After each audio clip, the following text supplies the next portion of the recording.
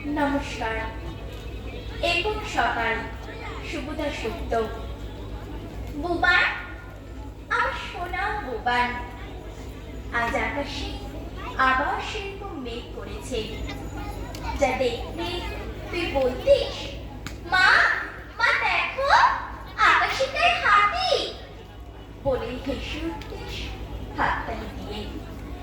হ্যাঁ রে সোনা, আজ আবার হাতি এসেছে আকাশে।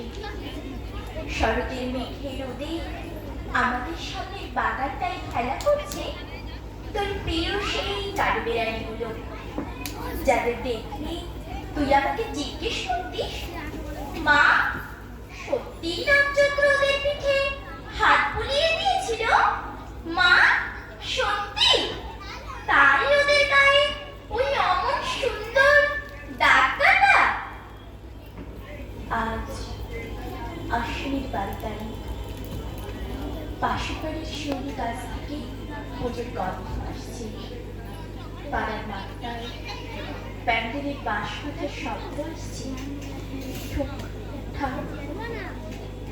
ভুবান, এই প্রথম এ বাড়িতে তোর জন্মদিন হচ্ছে। হাসি হুল্লোড় আনন্দ সবকিছু বাদ দিয়ে শুধু ফুল চন্দন আর চোখের জলে। দোতলার বড় বারান্দার শেষে একটা গৃহের চালের দিকে খুব সুন্দর করে রাখা হয়েছে তোর মাথার ছবি, তাতে মোটা রজনীগন্ধার মালা, ছবির বুবানের কপালে চন্দনের ফোঁটা। তোর মনে আছে বুবান, জন্মদিনে তোর কপালে চন্দনের ফোঁটা এঁকে দিতাম, আর তুই কেমন চুপটি করে অপলক চেয়ে থাকতিস আমার মুখের দিকে। আমার বাঁ হাতের আঙুলের মাপ করে ধরা থাকতো তোর নরম গাল দুখানা। তুই ভুলে গেছিস বুবান? আমি ভুলিনি, বলতে পারিনি। ঝলমলে আলোর রং বাহারিয়ে প্রশ্নের থেকে তুই আমাদের ছুঁড়ে ফেলে দিয়ে গেছিস ভীষণ গভীর ভয়ঙ্কর এক অন্ধকারে। তোর জন্মদিনে তোর বাবা টেপ রেকর্ডারে বাজিয়ে দিতেন গান জোরে, দেওয়ালে দেওয়ালে ঝুলিয়ে দিতে কাগজের রঙিন নষ্ট করা লণ্ঠন বেলুন। আমি সবাইকে নেমন্তন্ন করতাম। রান্না হতো নানান খাবার দাবার, কত কচিকাচার ভিড়, তোর স্কুলের বন্ধু আপনাদের বাবা মায়েদের ভিড়। ভুবান, এই প্রথম তোর জন্মদিন হচ্ছে বাড়িতে।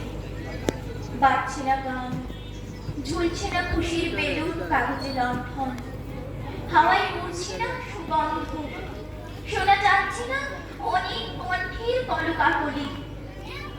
সব চুপচাপ, বড় নিস্তব্ধ। শুধু দোতলায় টেবিলে রাখা তোর ছবির সামনে অপরাধীর মতো চুপ করে চেয়ারে বসে আছে তোর বাবা, উদ্ভ্রান্ত চোখে শব্দ করে অশ্রু ধারা। তুই পরীক্ষায় প্রথম হতে পারিসনি, তাই তোর বাবা খুব রেগে গিয়েছিলেন। আমিও রেগে গিয়েছিলাম। আমরা তুই ফার্স্ট হতে পারিসনি। সমাজে আত্মীয় স্বজনের কাছে আমাদের মাথা হেট হয়ে গিয়েছিল। তোর সহপাঠীদের গার্জেনদের সামনে আমাদের প্রেস্টিজে বড় নির্মম আঘাত লেগেছিল।